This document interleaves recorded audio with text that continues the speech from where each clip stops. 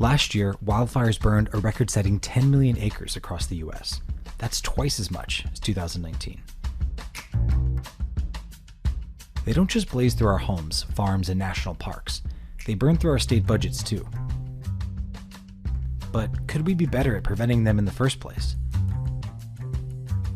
Here are some of the tools we use today. Controlled burns to help heal forest ecosystems, and manual forest thinning to soften wildfire's intensity. But some are experimenting with a different solution. A practice that goes back to biblical times. Could the secret be flocks of sheep?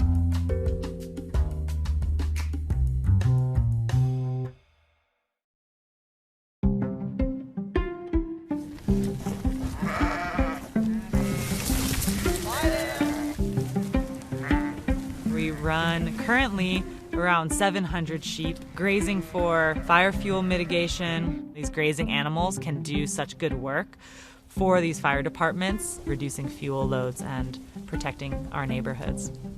Oh, wait. Attaboy. We definitely both consider ourselves shepherds. I think that the role has changed a ton. Every time I try to do something a different way, and then I learn very real lessons about why it's done a certain way. We've had to make a few mistakes that way. I was looking for work and lifestyle and a way of being that was not contributing to climate change. All right, in you go. Jack had been building the idea for the business, and after hearing about it and thinking about it, and I decided this would be a really worthwhile adventure to hop in on. Lie down, right there. Jack is my everything partner, my all of life partner. Nope, this is not where you're going. Excellent.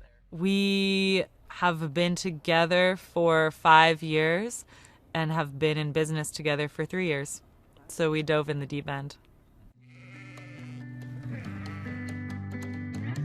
The year after the Thomas fire, all the doors started opening. People were looking for fire fuel mitigation. People were looking for tools to combat the fires.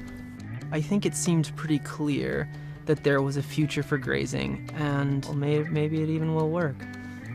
But a combination of like the drought conditions makes it more potent. We wanted to work with fire departments to start experimenting with animal grazing. We live in a super high fire danger area. It's our job to come up with how can we keep our community safer. Go into the next area to get a sense of like how unpassable, this stuff is before the sheep come in. Obviously they eat some of the vegetation, it opens it up. If you have an area that's completely choked with vegetation, it's just that much more fire intensity, and we can't get our guys close to that area. So if we can reduce the amount of vegetation, our guys can get on the ground, put some water on it, and actually fight the fire safely. When we're working with the fire departments, we're really letting them have the eagle eye vision on what needs to happen in a particular community. We listen to the captain and bring the sheep wherever they decide is best. If we look at the 7 largest fires, the biggest acreage fires in California, 6 of those have occurred in the years 2020 and 2021. It's not just climate change. Certainly higher temperatures are exacerbating the problem, but also fuel management. What's happened with our forests in terms of allowing fuels to build up over time, so when we get a fire, they're intense, they're hot, and they move fast. In the grasslands, the sheep always have a very powerful impact that can create a burn break. So if a fire does come, then as soon as it hits that landscape, it essentially stops. If we look back, we can see that the relationship between people and the landscape and fires has changed. A lot of things come to life in the forest. Don't let fire be one of them. there became, particularly towards the end of the 19th century and during the 20th century, a kind of the Smokey Bear mentality. He can find the fire before it starts to flame. That's why they call him Smokey. That was how he got his name. That fire was bad. It destroyed resources, it destroyed buildings and things like that. And we became very, very good at putting out fires immediately. But what that allowed to happen was more and more fuel to build up in our forests. Completely stamping out fires, in a sense, kind of loads the gun for the next round. We're now trying to find that balance between allowing fires to do their ecological duty for us, provide ecosystem services. This is a really tough balancing act we're facing. All right. Come on, Rocco.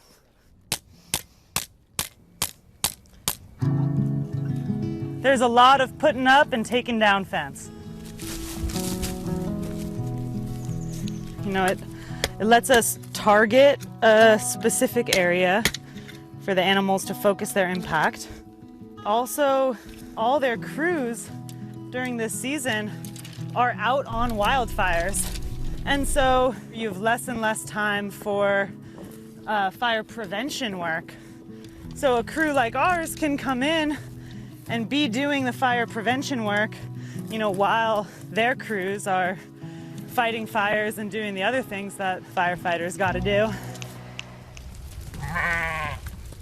Their job is one thing: eat.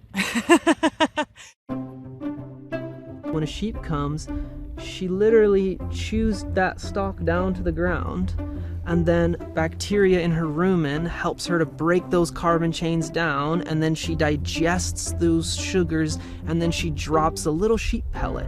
And we can all imagine the difference between a few stalks of grass and the way they'd take to a match and a sheep turd. I hope that their grazing is a powerful secret weapon in our fight to have a healthy relationship with fires in our state, and so we're working on that.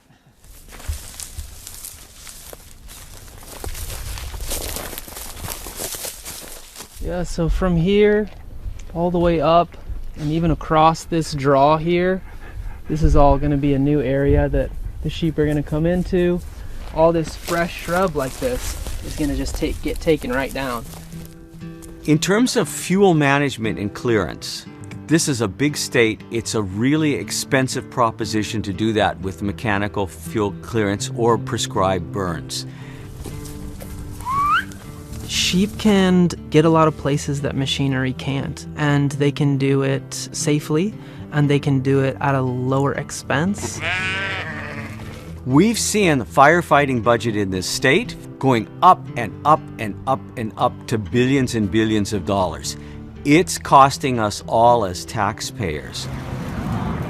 We don't have to spend it dumping retardant all over our mountaintops.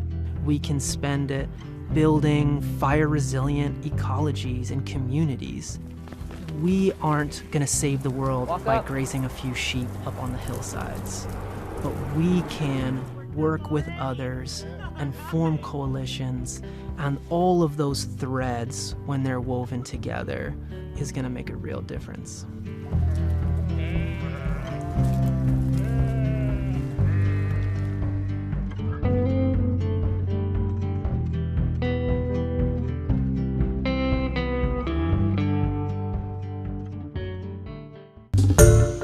Hi everyone, George Stephanopoulos here. Thanks for checking out the ABC News YouTube channel. If you'd like to get more videos, show highlights, and watch live event coverage, click on the right over here to subscribe to our channel, and don't forget to download the ABC News app for breaking news alerts. Thanks for watching.